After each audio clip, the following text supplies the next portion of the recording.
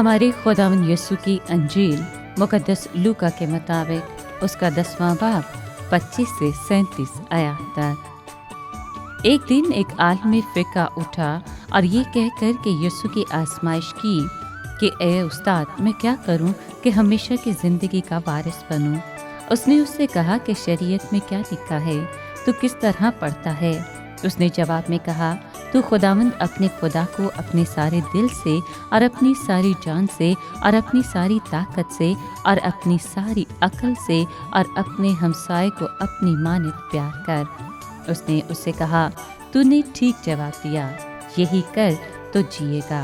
मगर उसने ये चाहकर कि अपने आप को रास्तबाज ठहराए, यीशु से कहा कि मेरा हमसाया कौन है।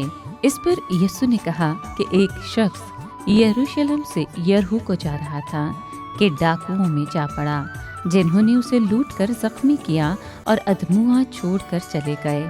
इत्तफाकन एक काहिन उस राह से गुजरा और उसको देखा और कतरा कर चला गया। उसी तरह एक लावी ने भी उस जगह आकर उसे देखा और कतरा कर चला गया।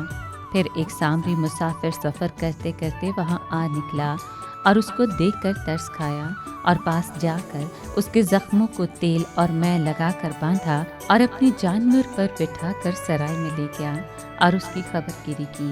और दूसरे दिन 2 दिनार निकाल कर बटियारे को दिए और कहा कि इसकी खबरगिरी कर, और जो कुछ इससे ज़्यादा खर्च होगा फिर आकर तुझे अदा कर दूंगा। अब इन तीनों में से उसका जो डाकुओं में जा पड़ा था, तो किसको हमसाया समझता है?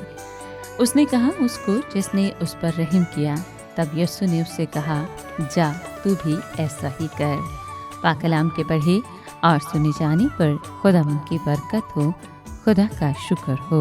अजीज दोस्तों, खुदा से मोहब्बत रखने की तरह पड़ोसी से मोहब्बत रखना महज एक एहसास नहीं, इसमें कुछ करना भी शामिल है। कलाम मुकद्दस में ही जहाँ खुदा ने इस्राएलियों को अपने पड़ोसी से अपनी मानद मोहब्बत रखने की ताकीद की थी, वहाँ हम पढ़ते हैं कि उन्हें फसल की कटाई के वक्त मुसीबत ज़दा और परदेसियों को याद रखना था।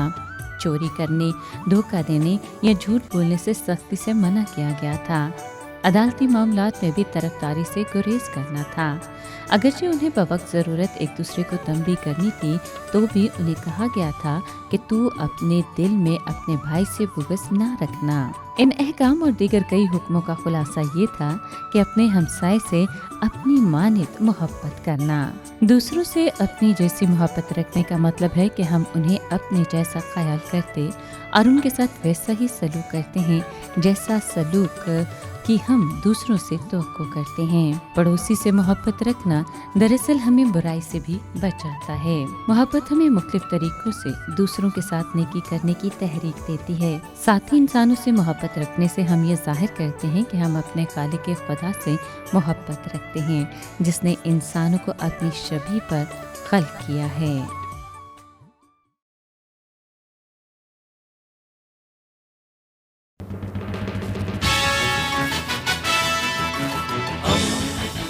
दोस्ती का पैगंबर, रेडियो वेरितास एशिया।